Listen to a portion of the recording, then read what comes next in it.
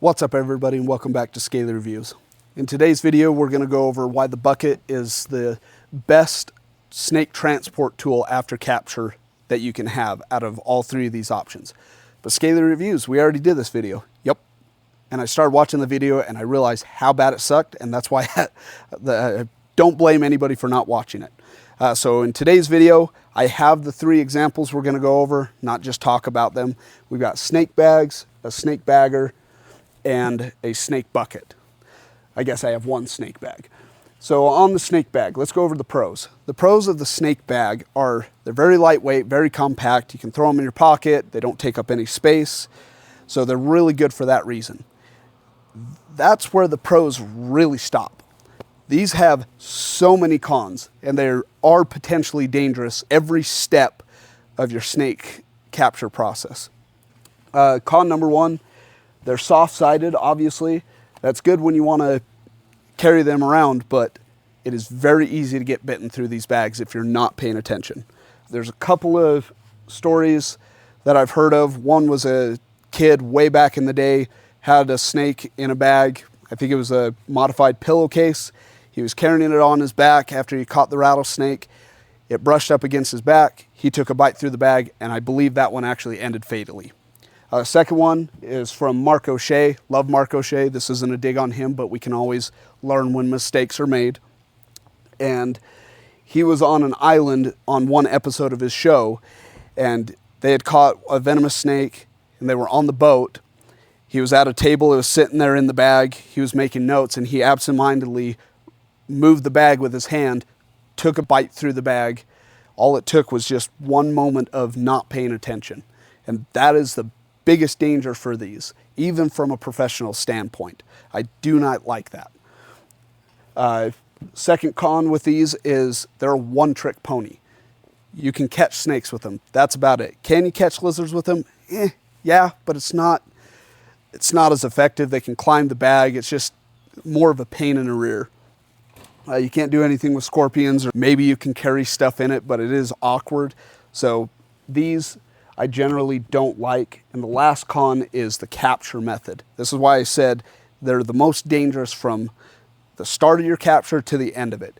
Because with these bags, if you're in a reptile room and you're doing it, even then I would still use a big bucket or big trash can.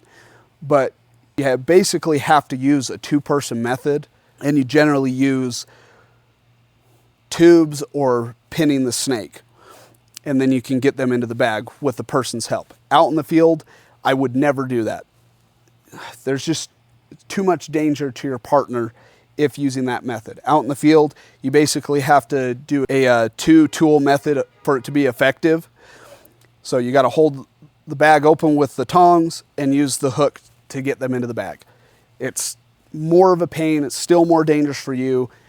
So 4 bags, non-venomous only, snakes only generally. Second tool that are used, or is used I should say, is a snake bagger. This is one that I made with my grandfather. Again, if you have the ability to make stuff with your grandfather or father, do it. It's great bonding time. It's awesome. This has got a 30-inch handle. Most of your commercial ones have a 40-inch handle. The length is just due to the length of the lathe that we made this on. But the advantage of the snake bagger, keeps the bag away from you, it keeps the bag away from your partner with one, and it keeps the bag open. So a lot easier to get the snake in and out. Usually they have a triangle shape. This one has a round shape, so it's less effective at some of the methods that you can use to control the snake after it's in the bag.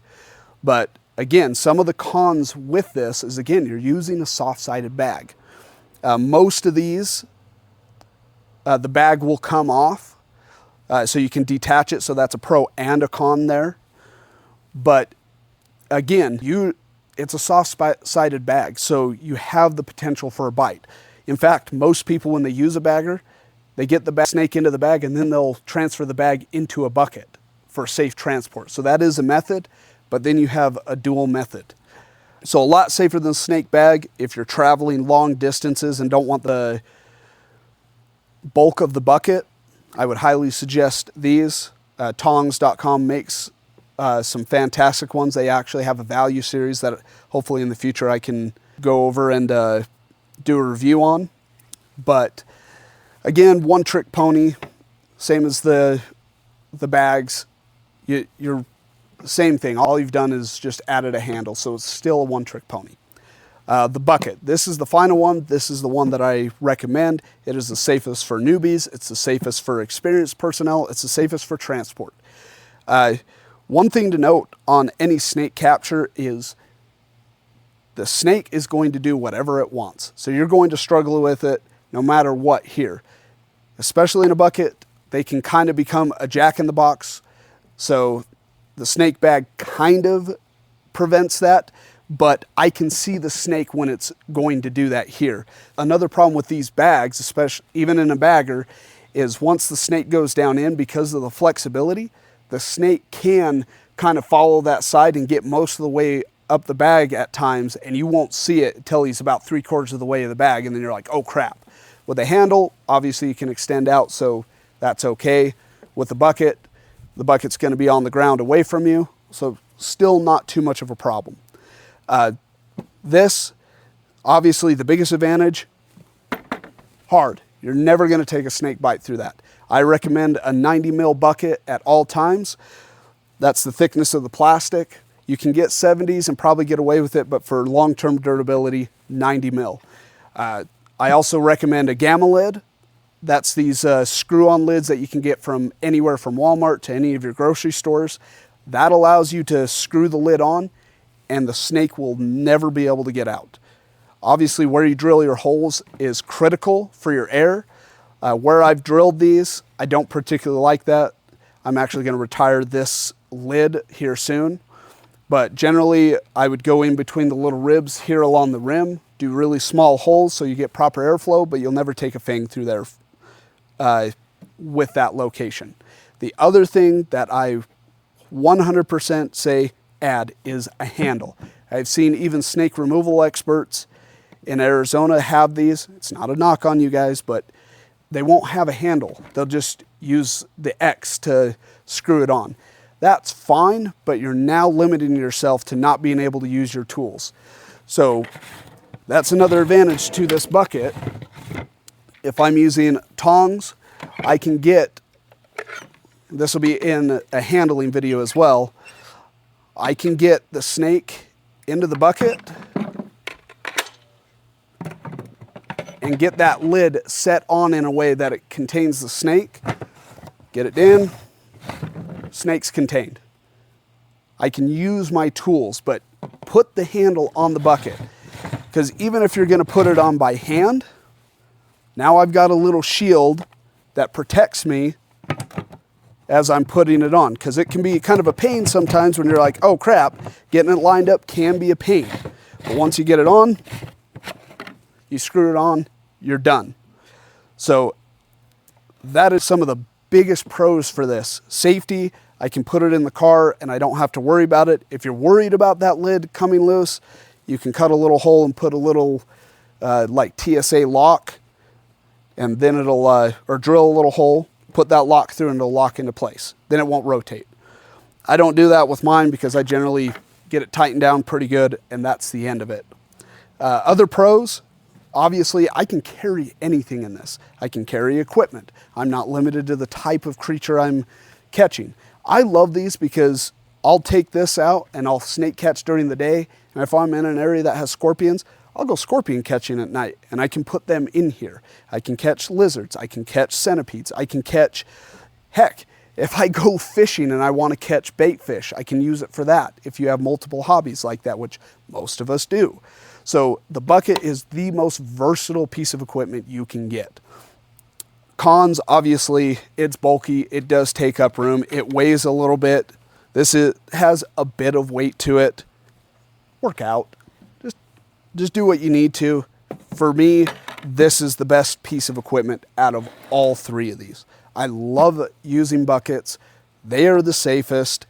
And especially this one, if you can find one that's semi-translucent like this one is, you can see where the snake generally is in here by just looking through the side. If you have any questions, you can shine a flashlight through the back side. It'll light up and you go, oh, that's where the snake is. You can modify the lid to have a plexiglass top. There's so many different things that you can do with the bucket that makes it so much more versatile than these. Obviously, for very, very long hikes, it's not as ideal.